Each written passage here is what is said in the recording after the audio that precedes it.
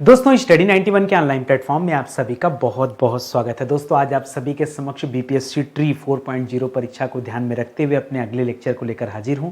आज हमारा 53 नंबर का दोस्तों लेक्चर है, कोई पहला लेक्चर नहीं है। आज की क्लास अगर आप कवर करते हैं तो धीरे धीरे 1590 सवाल आपकी परीक्षा के लिए एकदम बेहतरीन सवालों का कलेक्शन है दोस्तों। 1590 सवाल ये मायने रखता है, ठीक है। और याद रखेंगे, चाहे आप पीआरटी का पेपर दे रहे हो, मिडिल, टीजीटी या पीजीटी का पेपर दे रहे हो, आप सभी के लिए ये वीडियोज बहुत इंपॉर्टेंट है। इसके अलावा अगर आप भारत में किसी अन्य परीक्षा की तैयारी कर रहे हैं दोस्तों, तो हिंदी अगर आती है आपकी परीक्षा में और इन चैप्टर से सवाल आता है तो भी दोस्तों ये वीडियो आपके लिए बहुत अच्छा है, ठीक है। क्योंकि लगभग हिंदी के सभी चैप्टर पे हम चर्चा कर रहे हैं, चाहे रस, छंद, अलंकार, संधि, समास हो, तत्सम, तद्भव, उपसर्ग, प्रत्यय, देशज, विदेशज शब्द हो, इसी तरह से जितने भी महत्वपूर्ण शब्द हैं, चैप्टर हैं, उन पर चर्चा हो रहा है। शब्दों में वर्तनी शुद्धि हो गया, शब्द भेद हो गया, वाक्य शुद्धि हो गया, वाक्य भेद हो गया, उन पर भी दोस्तों हम लोग चर्चाएं करते रहते हैं। और सबसे बड़ी बात है साहित्य स्पेशल, ये जो क्लास है इसमें साहित्य के खूब ढेर सारे सवालों को मैं रखा हूं और आइए आप देखिए, मजा खूब आएगा, ठीक है। आपके लिए एक स्पेशल बैच भी मैंने बना रखा है हिंदी का, आप चाहें तो बीपीएससी ट्री 4.0 इस बैच को ज्वाइन कर सकते हैं। इसमें प्रीवियस ईयर पेपर से लेकर जो भी महत्वपूर्ण चीजें हैं आपके परीक्षा के लिए, वो सब कुछ दोस्तों यहाँ दिया जा रहा है, नोट्स के साथ, वीडियो के साथ, क्वेश्चन प्रैक्टिस के साथ ये बैच अवेलेबल है, ठीक है। चलिए स्टार्ट करते हैं आज की क्लास को। पहला सवाल दे रहा है कि जिंदगी नामा, जिंदगी नामा जिंदाए रुख ये किसकी रचना है? सोच समझ के बताइए। करा कृष्णा सोबती की रचना है, यशपाल जी की रचना है, धूमिल की रचना है, शमशेर बहादुर सिंह की रचना है, या भारत भूषण अग्रवाल की रचना? अगर आपको याद हो तो लास्ट टाइम मैंने आपको बताया था कि यशपाल की रचना का नाम क्या है, मेरी तेरी उसकी बात, ठीक है। मेरी तेरी ऐसे कॉमन नहीं रहेगा, मेरी तेरी उसकी बात, ठीक है। मेरी तेरी उसकी बात, यह रचना किसकी दोस्तों? यशपाल जी की रचना थी, ठीक है। शमशेर बहादुर सिंह जी की रचना का नाम क्या था? चुका भी हूं नहीं मैं, ये इनकी रचना का नाम था। उसी तरह से भारत भूषण अग्रवाल की रचना का नाम था, ठीक है, सूरज करके था, आप याद रखेगा, भारत भूषण। अच्छा, ये जो मैं रचनाएं आपको दे रहा हूं ना, ये सभी जितनी रचनाएं मैं यहां लिख भी रहा हूं ना, ये सभी की सभी रचनाओं को अवार्ड मिल चुका है। हिंदी का सबसे बड़ा अवार्ड है साहित्य अकादमी पुरस्कार, वो दोस्तों इसको मिला हुआ है, तो आप याद रखेंगे, ठीक है। यहां याद रखेगा, उतना वह सूरज है। भारत भूषण अग्रवाल की रचना का नाम क्या है?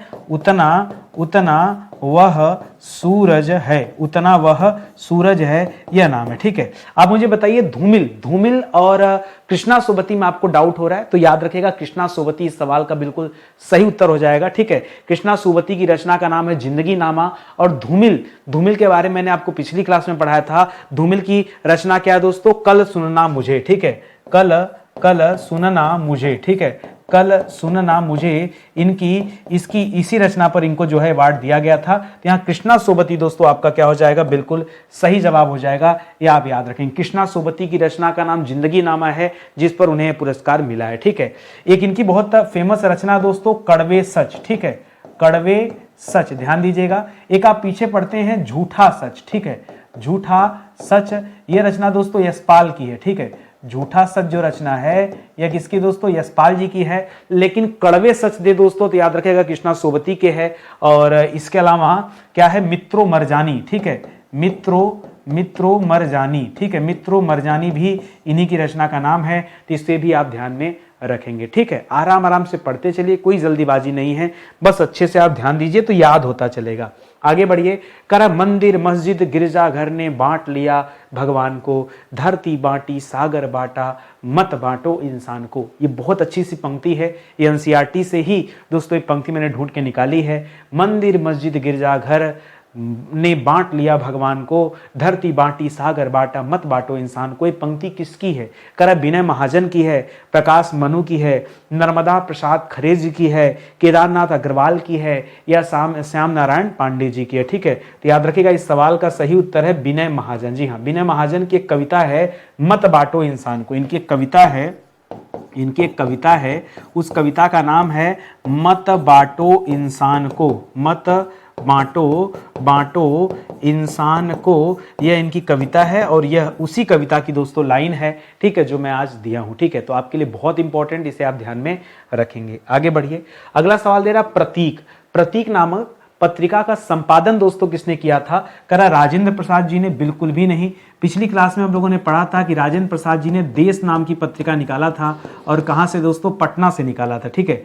अंबिका प्रसाद गुप्त जी की पत्रिका का नाम क्या था, इंदु नामक ये पत्रिका निकालते थे, और इनकी पत्रिका काशी से आती थी, ठीक है।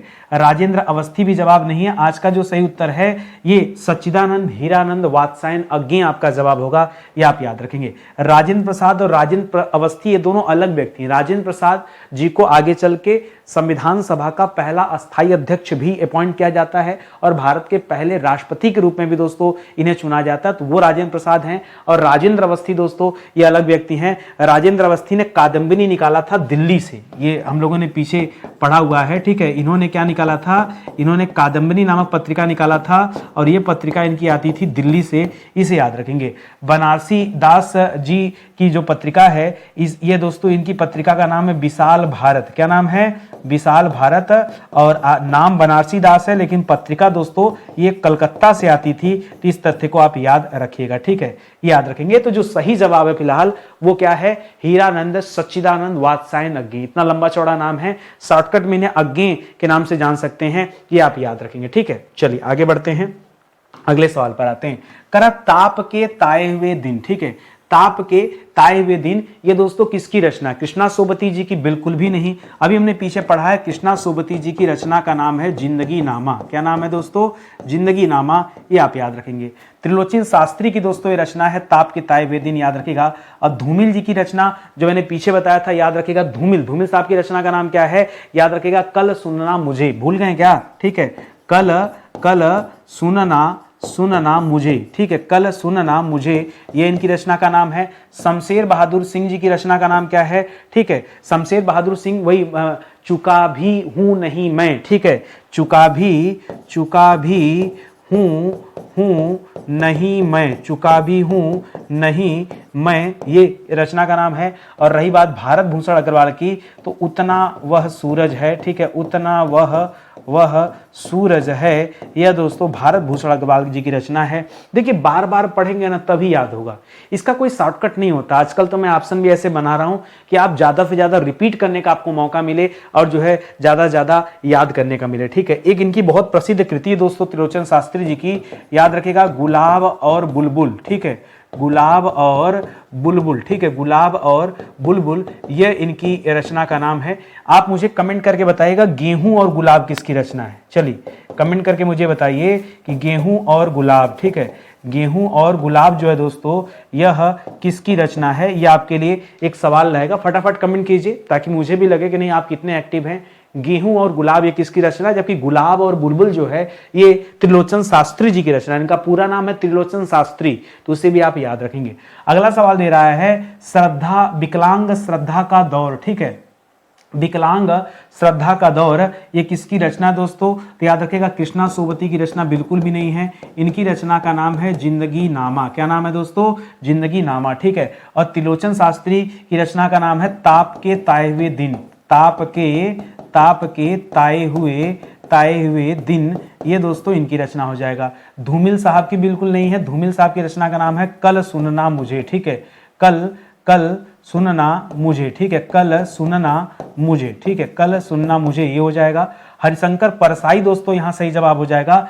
विकलांग श्रद्धा का दौर, ये हरिशंकर परसाई जी की रचना का नाम है। भारत भूषण अग्रवाल की रचना का नाम क्या है, उतना वह सूरज है, ठीक है, उतना वह सूरज है, यह दोस्तों रचना का नाम है। तो यहाँ पे जो सही उत्तर हो जाएगा हरिशंकर परसाई हो जाएगा। जी हाँ, हरिशंकर परसाई जी की इस रचना पर, विकलांग श्रद्धा का दौर, इस रचना पर उन्हें साहित्य अकादमी पुरस्कार दोस्तों दिया गया था। बहुत अच्छा सवाल है, परीक्षा के लिए आप एकदम अलर्ट रहिए, ठीक है। और बार बार रिपीट कीजिए, जितना दे रहा हूं बार बार रिपीट कीजिए ताकि जो है सब आपको धीरे धीरे याद हो जाए। चलिए अब थोड़ा सा अलग हट के पढ़ते हैं। करा मगही दोस्तों ये किस उपभाषा की बोली है, क्या मगही, मागधी नहीं, देखिए मगही का जन्म दोस्तों मागधी से जन्म, ठीक है, मागधी से, एक कह सकते हैं मागधी इसका एक अन्य नाम है, ठीक है, मागधी इसका अन्य नाम क्या दोस्तों, इसको मगही भी बोल दिया जाता है, लेकिन ये आपका जवाब बिल्कुल भी नहीं है। पश्चिमी हिंदी से नहीं पैदा हुआ, पूर्वी हिंदी नहीं, अर्धमागधी नहीं, इसका संबंध दोस्तों बिहारी हिंदी से है। बिहारी हिंदी में तीन चीजें पढ़ते हैं, एक दोस्तों मगही पढ़ते हैं, दूसरा दोस्तों मैथिली पढ़ते हैं, मैथिली पढ़ते हैं, और तीसरा दोस्तों भोजपुरी पढ़ते हैं, ठीक है। मगही, मैथिली और भोजपुरी, ठीक है। इसका जन्म दोस्तों किससे हुआ है, तो याद रखेगा बिहारी हिंदी के अंतर्गत आता है, क्योंकि जो आपसे पूछा उस आधार पे बिहारी हिंदी जो है आपका सही जवाब होगा। न जाने आपने क्या जवाब दिया है भाई, सोच समझ के जवाब दीजिए। करा पंकज, पंकज ये जो शब्द लिख रहा दोस्तों, इसमें समास आपको बताना है। पंकज में समास कौन सा होता है, तो समास पहले विग्रह करते हैं। पंक मतलब होता है कीचड़, पंक का मतलब क्या हो जाता है, पंक का मतलब होता है कीचड़, ठीक है। कीचड़ में जन्मा, ठीक है, जन्मा या जन्म लेने वाला। तो जो कीचड़ में जन्म लेता है उसको कमल कहते हैं, ठीक है, कमल कहते हैं। और आप जानते हैं दोस्तों कि हमेशा क्या, जब दोस्तों तीसरा पद प्रधान होता है, जब कभी तीसरा पद प्रधान हो, तब दोस्तों जवाब क्या होता है, याद रखिएगा, तब जवाब होता है बहुब्रीहि समास। क्या होता है, बहुब्रीहि समास आपका जवाब होता है। तो यहाँ बहुब्रीहि दोस्तों आप उत्तर दीजिएगा। कर्मधारय बिल्कुल भी नहीं होगा। द्विगु जब पहला पद संख्यावाची होता है तब होता है। द्वंद्व जब दोनों पद प्रधान होता है तब होता है। तत्पुरुष जब उत्तर पद की प्रधानता होती तब होता है। यहाँ एक तीसरा, दोनों पद अप्रधान बन रहे हैं, तीसरा प्रधान बन रहा है। सीधे सीधे जब कहीं पर्यायवाची आ जाए, पंकज, पंकज क्या दोस्तों, आप इसके लिए फार्मूला याद रखिए, सिंपल सी बात, अगर आपको कहीं भी पर्यायवाची दिख रही है, किसी भी चीज की पर्यायवाची, दोस्तों हमेशा वहां उत्तर आपका क्या हो जाएगा, बहुब्रीहि समास हो जाएगा। एक सिंपल जो है ट्रिक आप समझ लीजिए, तो ये आप कभी नहीं भूलेंगे, ठीक है। आगे आइए अगले सवाल पर आते हैं। अगला सवाल दे रहा दोस्तों, अगला सवाल दे रहा है कि भारतीय संविधान की 8वीं जो अनुसूची है, ठीक है, भारतीय संविधान की जो 8वीं अनुसूची है, ठीक है, इसमें दोस्तों कुल 22 भाषाओं का उल्लेख है, ठीक है, 22 भाषाएं इसमें दी गई हैं। और इसमें एकमात्र बिहारी भाषा कौन सी है, क्या इसमें अवधि को रखा गया, पहली बात अवधि बिहारी भाषा में आती नहीं है अवधि, ठीक है, अवधि को रखा जाता है पूर्वी हिंदी के तहत। किसके तहत रखा जाता है, पूर्वी हिंदी के तहत रखा जाता है। भोजपुरी आता है, ठीक है, भोजपुरी बिहारी हिंदी के तहत आता है, लेकिन दोस्तों इसे शामिल नहीं किया गया अभी भोजपुरी को। आगे प्लान है, हो सकता है भोजपुरी जो है 23वें नंबर की भाषा पे शामिल की जाए। बघेली दोस्तों ये बिल्कुल जवाब नहीं होगा। बघेली भी दोस्तों पूर्वी हिंदी के अंतर्गत आती, बघेली हो गया, छत्तीसगढ़ी हो गया, अवधी हो गया, ठीक है। मगही दोस्तों, यह मगही जो है यह भी बिहारी हिंदी के अंतर्गत आती है, लेकिन इसे भी नहीं शामिल किया गया है। जो शामिल है वो है दोस्तों मैथिली। जी हाँ, मैथिली एकमात्र बिहार की ऐसी भाषा है जिसे हमारे इस संविधान की 8वीं अनुसूची में दोस्तों शामिल किया गया। इस 22 भाषाओं में दोस्तों मैथिली को भी रखा गया है, आप याद रखेंगे, ठीक है। विदेशी भाषाओं में नेपाली भाषा भी दोस्तों, यहाँ सिंधी भाषा यहाँ देखने को मिलती है, ये भी आप याद रखेंगे। करा निम्न में से कौन सा संधि का उदाहरण नहीं है, ठीक है, संधि का उदाहरण दोस्तों कौन सा नहीं है, देखते हैं। जैसे नरेश लिख रहा है तो याद रखेगा नरधन ईस, ठीक है, नरधन ईस बराबर नरेश हो जाता है, तो यहां पर आ जाता है गुणस्वर संधि। सम्राट में कोई भी संधि नहीं दोस्तों, ठीक है। नारिंद्र में दोस्तों याद रखेगा नारी शब्द होता है और इंद्र शब्द होता है, नारी धन इंद्र बराबर नारिंद्र हो जाता है। यहाँ पर दोस्तों दीर्घ स्वर संधि हो जाएगा, मात्रा दीर्घ की आ रही है। देवर्ष में दोस्तों क्या हो जाता है, याद रखिए देवधन ऋषि हो जाता है, तो देवर्षि हो जाता है। यहाँ पे अर आ रहा है, इस वजह से यहाँ पे गुणस्वर संधि हो जाएगा। फिलहाल आपसे पूछा कि कहां पर संधि है ही नहीं, तो सम्राट एक ऐसा शब्द है जहां पे संधि नहीं है, ये मूल शब्द है, क्योंकि स को अलग करके कुछ मिलेगा नहीं आपको, ठीक है। सम्राट ये गलत हो जाएगा, ठीक है। तो इस तरह से दोस्तों इसे आपने भिन्न कर लिया। करा बांधा था विधु को किसने, इन काली जंजीरों से, मणि वाले फड़ियों का मुख क्यों भरा हुआ है हीरों से। दोस्तों आपको लग नहीं रहा इसको पढ़ने से कि यहाँ कुछ बातें बढ़ा चढ़ा कर कही जा रही हैं। याद रखेगा जहां पर बढ़ा चढ़ा कर बातें की जाएं, जहां पर बढ़ा चढ़ा कर वर्णन हो वहां सीधे सीधे क्या हो जाता है, अतिशयोक्ति अलंकार। जैसे जब सुदामा भगवान श्री कृष्ण मिलने गए तो बड़ा अच्छा सा एक वहां पर पंक्ति हमको सुनने को मिलता है, ठीक है, कि पानी परात को हाथ छुओ नहीं, नैनन के जग जल से पग धोयो। मतलब भगवान श्री कृष्ण इतना रो दिए कि उनके नेत्र से जो आंसू निकल रहे थे उससे सुदामा का पैर धुल दिए, ठीक है। तो इतना आंसू मतलब समझ रहे हैं, अतिशयोक्ति अलंकार ऐसा हो सकता है, तो ये आप यहां याद रखेंगे, ठीक है। तो यहां ऑप्शन नंबर ई, ये देखने से ही पता चल जाता है, बहुत आसान सा सवाल है, तो आप आराम से कर सकते हैं। करा जापान में स्वस्थ लोग रहते हैं। इस वाक्य में जो स्वस्थ है ये किस प्रकार का विशेषण, विशेषण का कौन सा भेद है? क्या यह गुण को बता रहा है या कोई संख्या? देखिए संख्या को तो बता नहीं रहा है, ठीक है, किसी तरह का परिमाण को भी नहीं बता रहा। परिमाण मतलब होता है सीधा सीधा मापतौल, किसी तरह की मापतौल भी आप इससे नहीं कर सकते, किसी तरह का दोस्तों संख्या का बोध इससे नहीं हो रहा है। सार्वनामिक बोध जब यह वह ऐसा वैसा कुछ दे देता है, यहां पर यह गुण को बता रहा है। किसको बता रहा है? गुण। स्वस्थ रहना है गुण है दोस्तों, तो यह गुणवाचक विशेषण हो जाएगा। बाकी बहुत कंफ्यूजन नहीं रखना आपको, ठीक है, थोड़ा उटपटांग ऑप्शन बनते हैं आपके एग्जाम में, इसलिए आप उन्हें भी ध्यान देते रहिए।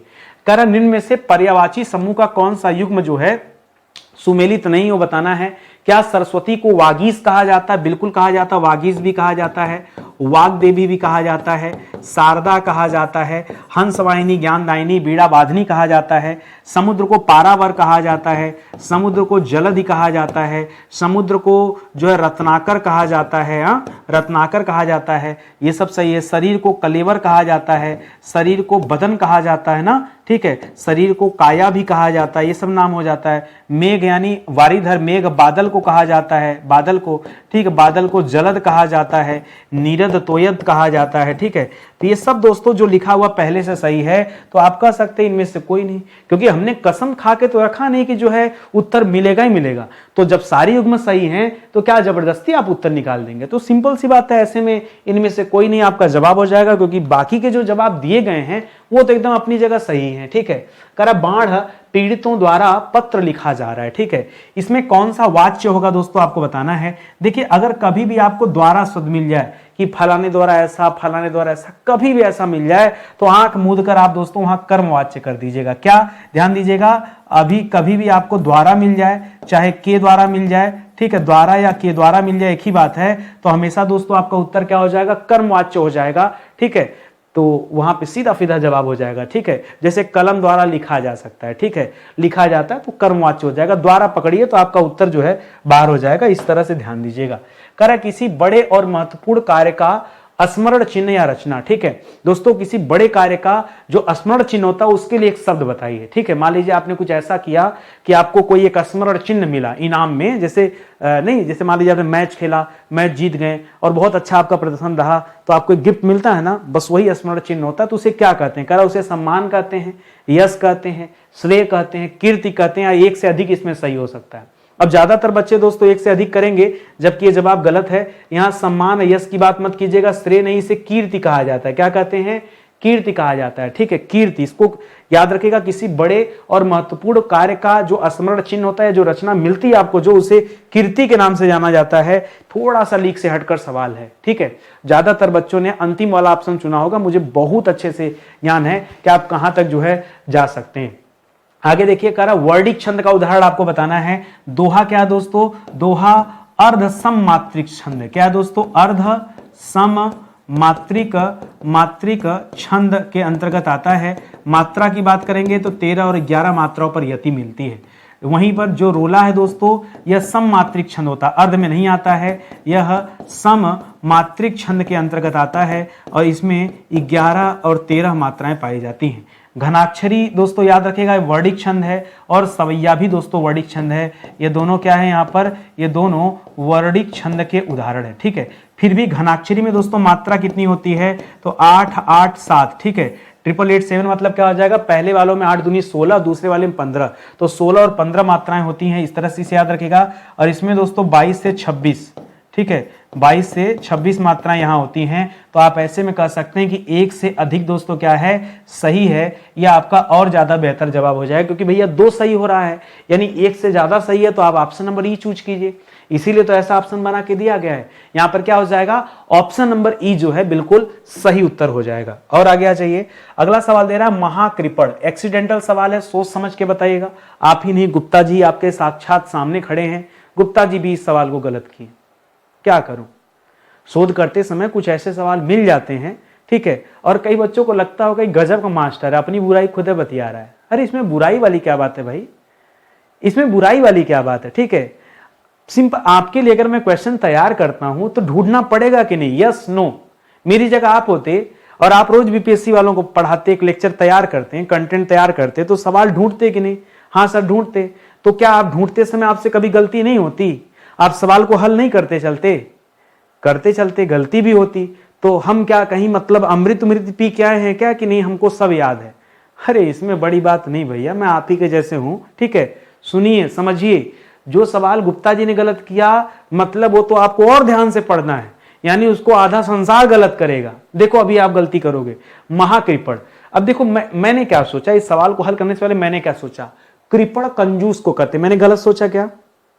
आप ये सोचते, हम पढ़ते हैं कृपण शब्द। देखिए 3 शब्द होता है, कृपण, कृतज्ञ, कृतज्ञ। कृतज्ञ का उल्टा कृतज्ञ होता है। कृतज्ञ मतलब होता है जो उपकार को मानने वाला हो, सही ना। और कृतज्ञ का मतलब होता है जो उपकार को न मानता हो। और कृपण का मतलब होता है कंजूस। अब अगर यहां लिखा महाकृपण तो हम यही नहीं समझेंगे कि महाकंजूस की बात कर रहा है। मैं गलत सोचा क्या? अभी तक तो आप सही हैं सर, आप भी ऐसा सोच रहे हैं, आप भी सही है, मैं भी।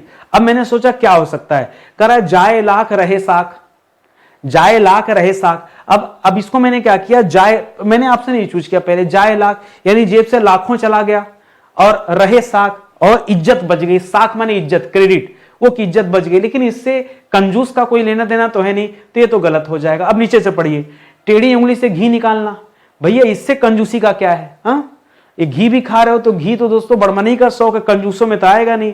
करा जर है तो नर नहीं तो खंडहर।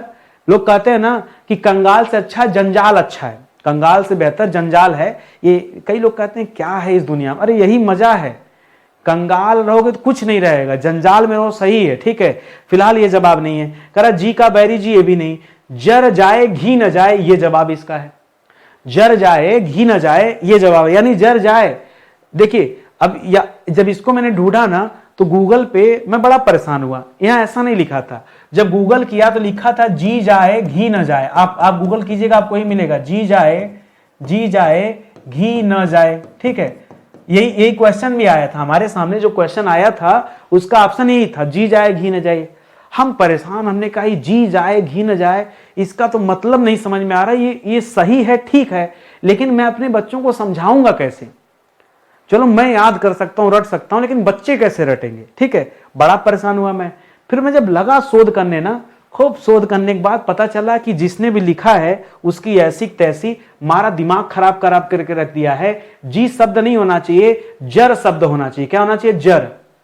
और ये जर माने होता है जरना, जर माने जलना, जरना या जलना, ठीक है। तो जल जाए लेकिन घी ना जाए, ठीक है। जर जाइए लेकिन पैसा ना जाए जेब से, घी ना जाए, तब दोस्तों कंजूसी की बात होती है, ठीक है। तो इस तरह से होता है, यहां घी जाए जी जाए घी ना जाए, ना ये होगा ही नहीं। तो जब गलत ऑप्शन दिया था तो सही उत्तर कहां से मिलता, ठीक है। इसको जरा ध्यान दीजिएगा। आज भी गूगल सर्च करेंगे तो बहुत बड़े बड़े महानुभाव लोग ऐसे ही जो है सवालों को रखे हुए हैं। चलिए आगे बढ़ते हैं, अगले सवाल पर आइए। करा 4 विकल्पों में से उस विकल्प का चयन कीजिए जो सही वाक्य भेद का विकल्प हो। करा सोमवार को हड़ताल है अतः बाजार बंद है। क्या लिखा है? अतः कहां दोस्तों? अगर आपको याद हो तो मैं आपको याद दिला दूं, लेकिन शब्द, क्या शब्द दोस्तों? चलिए लिखिए यहां पे, लेकिन शब्द, किंतु शब्द, परंतु शब्द, अतः शब्द, और शब्द, इसलिए शब्द, अथवा शब्द, ये सब किस में आता है? सब संयुक्त का पहचान है, ठीक है। तो जो बच्चा इतना जानता होगा वो तुरंत बता देगा। यद्यपि जब तब जो सो की, वो सब आता है दोस्तों किसमें? मिश्र वाक्य में। अब बाकी संदेह तो कोई लेना देना नहीं है, ठीक है। तो इस तरह से दोस्तों ऑप्शन नंबर 1 कीजिएगा, यहां आपका क्या हो जाएगा? सही उत्तर हो जाएगा। करा गुस्से से मुंह का लाल होना, ठीक है। गुस्से से मुंह का लाल होना, इसमें आपको रस बताना है, कौन सा भाव है? अनुभाव, संचारी भाव, विभाव, अस्थाई भाव, ठीक है। देखिए अस्थाई भाव तो बिल्कुल नहीं होगा, और विभाव भी नहीं, संचारी भाव। यहां होता अनुभाव। अनुभाव में भी दोस्तों आप 3-4 चीजें पढ़ते हैं, जिसमें आप पढ़ते हैं कायिक अनुभाव, सात्विक अनुभाव, वाचिक अनुभाव, ये सब पढ़ते हैं ना, मानसिक अनुभाव, ठीक है। तो इस तरह से पढ़ते हैं, ठीक है, मानसिक अनुभाव। तो ये सब जो पढ़ते हैं दोस्तों, ये भेद पढ़ते हैं, ठीक है। तो ये याद रखेंगे, गुस्से से मुंह का लाल होना या लाल पीला होना, ये दोस्तों अनुभाव के अंतर्गत आता है, इसे आप ध्यान में रखिएगा। एक बात आपको बता दूं, बहुत मेहनत से अपने कोर्सेज पर काम कर रहे हैं। आप केवल इतना सोचिए ना, जो इंसान मुफ्त में इतना काम कर सकता है, वो इंसान अपने पेड बैच में कितना मेहनत करता होगा। आपसे हमें कितना लाभ मिलता है, इतनी अच्छी क्लास की कितनी वॉचिंग जाती है, कितने व्यूज आते हैं। और मुझसे मैं जैसा पढ़ाता हूं ना उसका 10% भी लोग नहीं पढ़ाते हैं, और लेकिन उनकी मार्केटिंग अच्छी तो बहुत अच्छे व्यूज जाते हैं। आप कभी कंपेयर करना, मैं 2 चीजें बोलता हूं, टाइम महत्वपूर्ण है कि नहीं आपका समय। मुझे तो लगता है आपका समय बहुत महत्वपूर्ण है, आपको ना लगे तो अलग बात है। तो आप देखना जितने टाइम में मैं पढ़ाता हूं उतने टाइम में क्या दूसरा भी इतने सवाल को एक्सप्लेन करता है। तो टाइम मैनेजमेंट बहुत जरूरी है, क्योंकि टाइम मैनेजमेंट ही आपको परीक्षा में मजबूत बनाएगा। जिस स्पीड से आज आप पढ़ेंगे उसी स्पीड से एग्जाम में भी करेंगे, है कि नहीं। मैं आज 30 सवाल आपको 2 घंटे में पढ़ाऊं तो एग्जाम में भी वही स्पीड आपकी रहेगी। इसीलिए मैं यहां ज्यादा हंसी मजाक नहीं करता, मैं आराम से सीधे काम की बात करता हूं। दूसरी बात दोस्तों, कम समय में अच्छा कंटेंट भी तो क्वालिटी वाला होना चाहिए। क्या आपने कभी देखा, इतने दिन से पढ़ रहे हैं, धीरे धीरे 1600 सवाल का कलेक्शन आपके पास होने वाला है, क्या 1600 में कितने सवाल आपको रिपीट वाले मिले? 100 मिले क्या? नहीं। 50 मिले क्या? नहीं। 10, 5, 2, 4, 5 हो सकता मिला गया हो, शुरू से पढ़ रहे होंगे तो। क्या मैं सवाल को कभी रिपीट कर रहा हूं?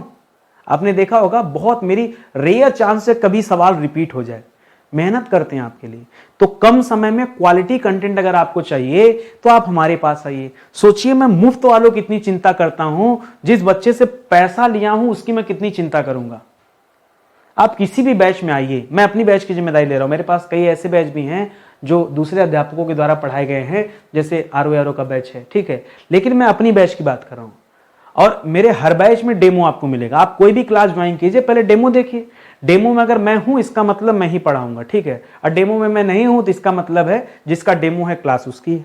तो जितनी क्लास मैं पढ़ाता हूं भाई, जिम्मेदारी तो मैं अपनी ले सकता हूं ना, कि सबकी जिम्मेदारी ले लूं। मैं अपनी जिम्मेदारी ले लूं ना। कभी आप मेरी क्लास को पढ़ के देखिए, डेमो पढ़ के देखिए, एक बार डेमो पढ़ के देखिए, आपको लगेगा कि क्वालिटी माने होता क्या है। पैसा वो तो कभी आपको ऐसा, आपका अंतरात्मा भी कभी नहीं कहेगा कि मैंने नितिन सर का बैच लिया और मेरा पैसा डूब गया। आपकी अंतरात्मा भाई कैसे कह देगी, अगर मैं अच्छे से पढ़ाऊंगा तो कह कैसे देगी आत्मा। इतना कॉन्फिडेंस रहता है भाई मेरे अंदर, ठीक है। तो आप आइए, आपका स्वागत है। डेमो देखिए, पसंद आए तो क्लास ज्वाइन कीजिए। एग्जाम का इंतजार मत कीजिए, उसके पहले लड़ के तैयार रहिए, ठीक है। आगे आइए। करा शुद्ध वाक्य का चयन करना है, जो वाक्य शुद्ध है बताइए। करा तुम हमेशा बेफिजूल की बातें करते हो। पहली बात याद रखिएगा, बेफिजूल शब्द गलत है, हमेशा फिजूल शब्द होना चाहिए। हम लोग रट लिए बेफिजूल बेफिजूल, बेफिजूल गलत है, फिजूल की बातें होना चाहिए। तो पहला वाला कथन तो असत्य हो गया। करा मुझे तुम्हारी बातें सुननी पड़ी, मुझे तुम्हारी बातें सुननी पड़ी, ये सत्य कथन है। इस समय 4 बजे हैं, यह भी दोस्तों सत्य कथन है, ठीक है। आज तुमने नया पोशाक पहना है, आज तुमने नया नहीं दोस्तों, आज तुमने नई पोशाक पहनी है। नई पोशाक पहना नहीं दोस्तों, पहनी है, ठीक है, पहनी है, क्योंकि पोशाक जो स्त्रीलिंग शब्द है तो यह भी असत्य है। 2 सत्य और 2 असत्य मिला हमें, ठीक है। करना क्या था, सत्य चुनना था ना। तो सत्य दोस्तों ये वाला भी सत्य और ये वाला भी सत्य है, यानी एक से अधिक सत्य है। तो इस केस में दोस्तों ऑप्शन नंबर ई चूज कीजिए। यहां पर जो सही है वो एक से ज्यादा सही है। अब बाकी जो गलती थी मैंने वो भी एक्सप्लेन कर दिया। तो इस हिसाब से दोस्तों क्या हो जाएगा, ऑप्शन नंबर ई हो जाएगा आपका सही उत्तर। कर उर्दू दोस्तों किस भाषा का शब्द है? उर्दू नाम उर्दू है, लेकिन ये उर्दू भाषा का नहीं है, ना ही अरबी का, ना ही फारसी का, तुर्की भाषा का शब्द है। तो याद रखेगा, उर्दू भी तुर्की भाषा का शब्द है और मुगल भी दोस्तों तुर्की भाषा का शब्द है। बाकी पढ़ने को आप तोप पढ़ते हैं, पढ़ने को आप चाकू पढ़ते हैं, पढ़ने को आप कैंची पढ़ते हैं। क्या पढ़ते हैं? कैंची पढ़ते हैं।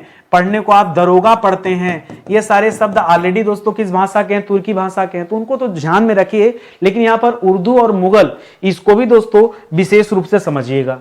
करा निम्न में से असंगत युग्म जो है उसे ढूंढकर आपको अलग करना, विलोम का, ठीक है। करा अमृत का विष हो जाता है, छल का कपट नहीं हो जाता दोस्तों, छल का निश्छल हो जाता है। क्या हो जाता है? निश्छल, ठीक है। तो ये हो जाता दोस्तों, यही गड़बड़ है। अनुराग का विराग हो जाएगा और चतुर का मूर्ख हो जाएगा, ठीक है। अनुराग का विराग ये सही है, चतुर का मूर्ख भी सही है। तो ऑप्शन नंबर बी दोस्तों यहां पर क्या हो जाएगा? बिल्कुल सही जवाब हो जाएगा। जो गलत है उसे आपको चूज कर लेना है केवल। अगला सवाल देखिए, करा किस विकल्प में सभी शब्द जो हैं ये तत्सम तद्भव के शुद्ध युग्म है, ठीक है। मामिका, आपके लिए नया सवाल, मामिका आपने नहीं पढ़ा था। आप सास ससुर साला साली तक हैं, इसके अलावा नंदोई, आइए लिख देता हूं ढेर सारा, ठीक है, ठीक है। ससुर को क्या कहा जाता है दोस्तों? ससुर को कहा जाता है स्वसुर। क्या कहा जाता है? स्वसुर, ठीक है। इसी तरह सास को क्या कहा जाता है? सास, ठीक है। जो सांस होता है, सांस को कहा जाता है श्मश्रु। क्या कहा जाता है? श्मश्रु। ठीक है, श्मश्रु। ठीक है, श्मश्रु। इसी तरह साली को क्या कहा जाता है? साली को स्याली कहा जाता है, स्याली। ठीक है, इसी तरह देवर को क्या कहा जाता है? देवर को द्विवर कहा जाता है, द्विवर। ठीक है, इसी तरह भौजाई को क्या कहा जाता है? भौजाई को भ्रातृजाया कहा जाता है, भ्रातृजाया कहा जाता है। ठीक है, इसी तरह नंदोई को क्या कहा जाता है? नंदोई को ननादिप्रति कहा जाता है, ननाद्रिपति। ठीक है, ननाद्रिपति कहा जाता है। ऐसे ये सब याद रखेंगे। आज मामी का पूछा है तो मामी को, अच्छा इसी तरह बुआ को क्या कहा जाता है? बुआ को कहा जाता है पितृस्वसा। क्या कहा जाता है? पितृस्वसा। और मौसी को क्या कहा जाता है दोस्तों? मौसी को मातृस्वसा कहा जाता है। क्या कहते हैं? मातृस्वसा कहा जाता है। ठीक है, तो इस तरह से दोस्तों आप याद रखेंगे। ठीक है, भाई को भ्राता कहते हैं। ठीक है, बहन को भगनी कहते हैं, सब याद रखेंगे। मामी को मामिका कहते हैं, सही है। महार्घ का मतलब महंगा होता है। मधुक का मतलब मधु नहीं होता दोस्तों, मधुक का मतलब महुआ होता है। मधुक का मतलब क्या होता है? महुआ होता है, महुआ। ये आप याद रखेंगे, तो यही गलत है। दोरक मतलब डोरा होता है, बिल्कुल सही है। दोरक किसे कहते हैं? डोरा को कहा जाता है, डोरा को। और शून्य क्या हो जाता है दोस्तों? सूना हो जाता है, यह भी सही है। तो ये अपने आप में बहुत अच्छा सवाल है, लेकिन बच्चों ने कुछ न कुछ गलती जरूर किया होगा। ठीक है, आपके सामने काफी सारे नए ऑप्शन हैं, इस वजह से दोस्तों मिस्टेक जो है आपसे हो गया होगा, न चाहते हुए भी सुधार कीजिए, अच्छा रहेगा। कर शब्द व्यंजक है तो उसका अर्थ क्या कहलाएगा? मान लीजिए कोई शब्द क्या दोस्तों व्यंजक है तो उसका अर्थ क्या कहलाएगा? क्या व्यंजन कहलाएगा? बिल्कुल भी नहीं। क्या व्यंजक कहलाएगा? नहीं। क्या लक्षणा कहलाएगा? नहीं। इसे व्यंग कहा जाता है। क्या कहा जाता है? अगर शब्द व्यंजक है तो उसका अर्थ दोस्तों क्या कहलाएगा? उसका अर्थ जो है व्यंग कहलाएगा, न कि व्यंजक, न कि व्यंजन। तो इसको ध्यान देंगे। ऑप्शन नंबर डी यहां पर क्या हो जाएगा? ये पारिभाषिक टाइप का सवाल है, इसको ध्यान में रखेंगे। निम्नलिखित में से किस शब्द में तद्धित प्रत्यय का प्रयोग हुआ है? देखिए, प्रत्यय में हम दो चीजें पढ़ते हैं। एक पढ़ते हैं दोस्तों कृदंत प्रत्यय। क्या पढ़ते हैं? कृदंत प्रत्यय। कृदंत प्रत्यय का निर्माण हमेशा क्रिया से होता है। किससे होता है? क्रिया से निर्मित होता है। और जो तद्धित प्रत्यय है दोस्तों, जिसके बारे में अभी पूछा है, तद्धित प्रत्यय का निर्माण किससे होता है? इसका निर्माण संज्ञा से होता है, इसका निर्माण सर्वनाम से होता है, इसका निर्माण जो है विशेषण से होता है। इन सब से दोस्तों इसका निर्माण होता है, तो ये आप ध्यान देंगे। ठीक है, तो यहां आपको ध्यान देना है कि किसका निर्माण क्रिया से नहीं हुआ है। क्रिया कौन सी नहीं है?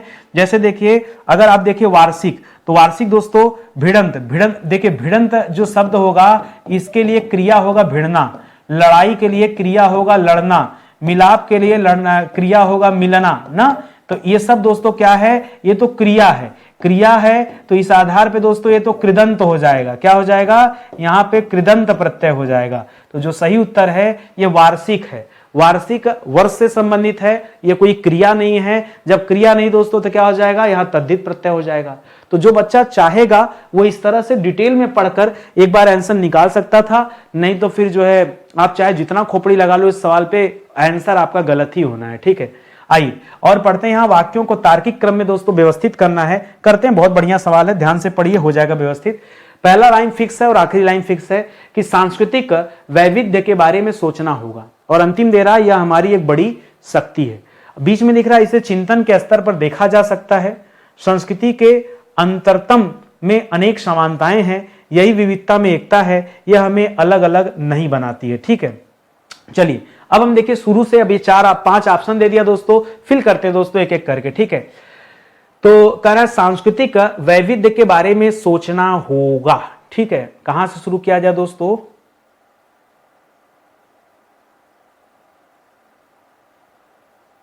ठीक है, सोचना होगा। एक बार यहां से टाइप कीजिए कि इसे चिंतन के स्तर पर देख। अभी सोचने की बात हो रही है पहले पे, तो पहला पॉइंट क्या है दोस्तों? सोचने की बात हो रही है। यह वाले में देखिए यहां देखने की बात हो रही है, ऐसे कर सकते हैं। ठीक है, यह ठीक है। उसके बाद दोस्तों इसे चिंतन के स्तर पर देखा जा सकता है, यह हमें अलग अलग नहीं बनाती है। ठीक है, अलग अलग नहीं बनाती है, अलग अलग नहीं बनाती है। ठीक है, इसके बारे में बात हो रहा है। फिर दोस्तों क्या कर सकते हैं? यहाँ पे ट्राई कर रहे हैं, कोई जरूरी नहीं कि यही सही हो।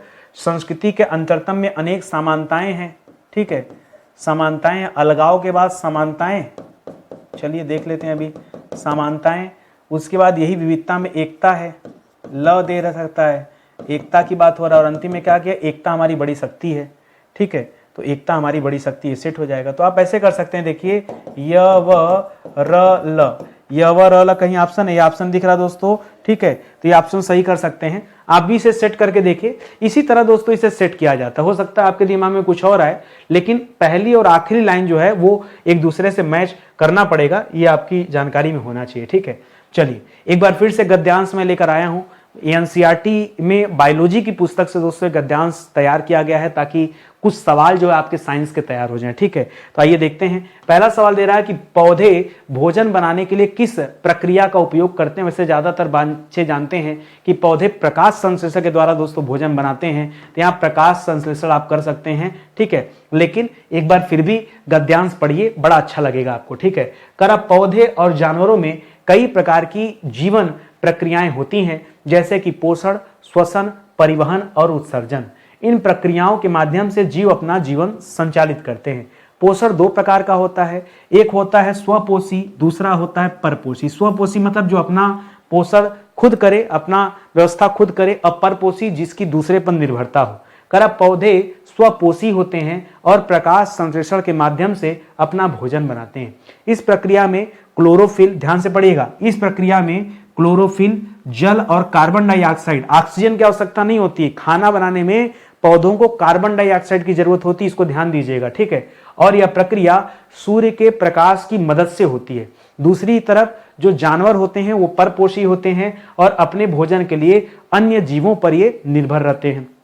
श्वसन के माध्यम से जीव ऊर्जा प्राप्त करते हैं। यह प्रक्रिया कोशिका के भीतर होती है, जिसमें ऑक्सीजन का उपयोग कर ग्लूकोज को तोड़ा जाता है और ऊर्जा उत्पन्न होती है।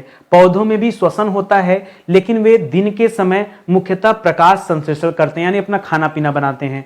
परिवहन प्रणाली में पौधों में जल और खनिजों का परिवहन जड़ों से पत्तियों तक होता है, जो जाइलम द्वारा संचालित होता है। इसमें दो नलिकाएं होती हैं, एक जाइलम होता है, एक फ्लोएम होता है। जाइलम ज से जाइलम, ज से जल, जाइलम जल का परिवहन करती है और फ्लोएम जो होता है वो आहार का परिवहन करती है, उसको भी ध्यान दीजिएगा। करा फाइलम के माध्यम से, फाइलम नहीं, जाइलम और फ्लोएम बोलते हैं, फ्लोएम फाइलम कोई बात नहीं है, ठीक है। फाइलम कई जगह पे दोस्तों फ्लोएम मिल जाएगा आपको, फ्लोएम, ठीक है। तो इसके माध्यम से भोजन का स्थानांतरण होता है। जानवरों में रक्त परिसंचरण प्रणाली जो है इसी तरह से काम करती है। तो आइए देखते हैं, यहाँ पे बहुत सारे प्रश्न का उत्तर देना है। करा पौधे में जल और खनिजों का परिवहन दोस्तों कौन करता है, तो याद रखेगा ज से जाइलम, ज से जल, ठीक है। तो याद रखेंगे जल का परिवहन जो है ये जाइलम करता है और आहार का परिवहन जो है ये फाइलम करता है, ठीक है। आहार का परिवहन दोस्तों कौन करता है, यह फाइलम करता है। क्लोरोप्लास्ट है तो गलत हो जाएगा। माइटोकॉन्ड्रिया को ऊर्जा घर कहा जाता है, ठीक है, पावर हाउस के नाम से जाना जाता है, यह आप याद रखेंगे। करा प्रकाश संश्लेषण के लिए पौधों को किन चीजों की आवश्यकता होती है, ऑक्सीजन की तो बिल्कुल भी आवश्यकता नहीं है, क्लोरोफिल की होती है, जल की होती है और कार्बन डाइऑक्साइड होती है, सही है। ग्लूकोज नहीं होती, ग्लूकोज टूटने के बाद ऑक्सीजन बिल्कुल भी नहीं, ऑक्सीजन बिल्कुल भी नहीं, प्रोटीन बिल्कुल भी नहीं, ठीक है। तो बहुत सारा ऑप्शन अपने आप कट हो गया। करा जानवर किस प्रकार का पोषण करते हैं, जानवर दोस्तों परपोषी होते हैं। जितने भी जीव जंतु हैं, जीव जंतु परपोषी होते हैं और जो पेड़ पौधे हैं ये क्या होते हैं दोस्तों, ये स्वपोषी होते हैं। तो आपसे क्या पूछा, परपोषी पूछा है ना, तो याद रखेगा ऑप्शन नंबर बी यहां पर हो जाएगा। करा श्वसन प्रक्रिया में ऊर्जा उत्पन्न करने के लिए किसका उपयोग किया जाता है, श्वसन प्रक्रिया में दोस्तों ऊर्जा उत्पन्न करने के लिए किसका उपयोग करते हैं, करा जल का उपयोग करते हैं, बिल्कुल नहीं। श्वसन प्रक्रिया में क्लोरोफिल का उपयोग करते हैं। देखिए आप ध्यान दीजिएगा, जो श्वसन प्रक्रिया होती है इसमें जो ऊर्जा पैदा होती है उसके लिए दोस्तों उपयोग पूछ रहा है, तो ऑक्सीजन और ग्लूकोज याद रखिएगा यहाँ पे, ठीक है। यहाँ पे देखिए दिया भी है ऑक्सीजन और ग्लूकोज, कहाँ पे था, देखिए यहाँ पे देखिए कि श्वसन के माध्यम से जीव ऊर्जा प्राप्त करते हैं। यह प्रक्रिया कोशिका के भीतर होती है, जिसमें ऑक्सीजन का उपयोग कर ग्लूकोज को तोड़ा जाता है और ऊर्जा उत्पन्न होती है, ठीक है। यही लाइन पूछा था, तो यहाँ कहाँ कंफ्यूजन में आप जा रहे हैं, ठीक है। तो इस तरह से दोस्तों यहाँ ऑप्शन नंबर सी जो है आपका सही उत्तर हो जाएगा। विश्वास कीजिए दोस्तों, हिंदी की क्लास तो अच्छी चली रही है, रही बात जीएस की, तो जीएस में मैंने आपको इतना पढ़ा दिया कि टेंशन लेने की जरूरत नहीं है, बस आप पढ़ना शुरू कीजिए। विश्वास कीजिए, एक बार हमारे पास आइए जीएस पढ़ने, 10-5 लेक्चर देखिए ना, फिर आपको ऑटोमेटिक लगेगा कि नहीं, नितिन सर की बात माननी चाहिए और हमें पढ़ना चाहिए। दोस्तों 1 नंबर से लेकर 45 नंबर तक के लेक्चर में मैंने कुल 45 लेक्चर में पूरा एंशियंट हिस्ट्री यानी प्राचीन भारत का इतिहास डिटेल में पढ़ा के समाप्त कर दिया। आप वीडियो देख लीजिए, ठीक है। इसी तरह से 46 से लेकर 91 तक में मैंने मध्यकालीन भारत का इतिहास समाप्त कर दिया। 92 से लेकर 150 तक में मैंने मॉडर्न हिस्ट्री पढ़ा दिया आपको। 151 से लेकर 230 तक में मैंने संविधान पढ़ा दिया। 231 से लेकर के 330 तक मैंने विश्व का भूगोल पढ़ा दिया और 331 से लेकर के अभी 420 तक मैं आपको पढ़ा चुका हूं। कुल दोस्तों 90 लेक्चर मैं पढ़ा चुका हूं। कितना? 90 लेक्चर दोस्तों आपका जो है कंप्लीट हो चुका है और अभी भी दोस्तों एक क्लास चल रही है, समाप्त नहीं हुई है, अभी ये चल रहा है, ठीक है। तो इस तरह से दोस्तों आप आइए, कैसे पढ़ना है नहीं समझ में आ रहा तो मुझे व्हाट्सअप कीजिए दोस्तों 7007734425। इस नंबर पे दोस्तों आप व्हाट्सअप कीजिए कि सर मुझे ये विषय पढ़ना है और मुझे प्लेलिस्ट भेज दीजिए, तो हमारी टीम आपको सीधा प्लेलिस्ट शेयर कर देगी। आप बैठ के पढ़ना शुरू कीजिएगा खाली वहां पे डायरेक्ट, ठीक है। या इसी वीडियो के एंड में दोस्तों आपको जो है दिख रहा होगा, जहां पर संपूर्ण जो है दिख रहा होगा कि संपूर्ण सामान्य अध्ययन आप यहां से पढ़ें, तो वाला प्लेलिस्ट आप ओपन कर लेंगे तो वहां से भी दोस्तों आपको पूरा वीडियो जो एकदम सीक्वेंस में लाइन से मिल जाएगा, कहीं आगे पीछे करने की जरूरत नहीं होगी। रही बात पेड क्लास ज्वाइन करने की, तो प्ले स्टोर पर जाइए, वहां से स्टडी 91 ऑफिशियल का एप्लीकेशन डाउनलोड कर लीजिए। सारी क्लास दोस्तों यहीं पे चलती है, आइए पढ़िए भाई, ठीक है। मैं कितना आपको समझाऊंगा, कितना बताऊंगा, आप साथ देंगे तो आपको अच्छा लगेगा, बाकी सब आपकी मर्जी है। तो मिलते हैं दोस्तों अगले लेक्चर में, तब तक के लिए बहुत बहुत धन्यवाद आप सभी का। जय हिंद, जय भारत। क्लास अच्छी लगी हो तो लाइक, कमेंट, शेयर जरूर से कीजिएगा, यही मेरा निवेदन है, ठीक है। धन्यवाद।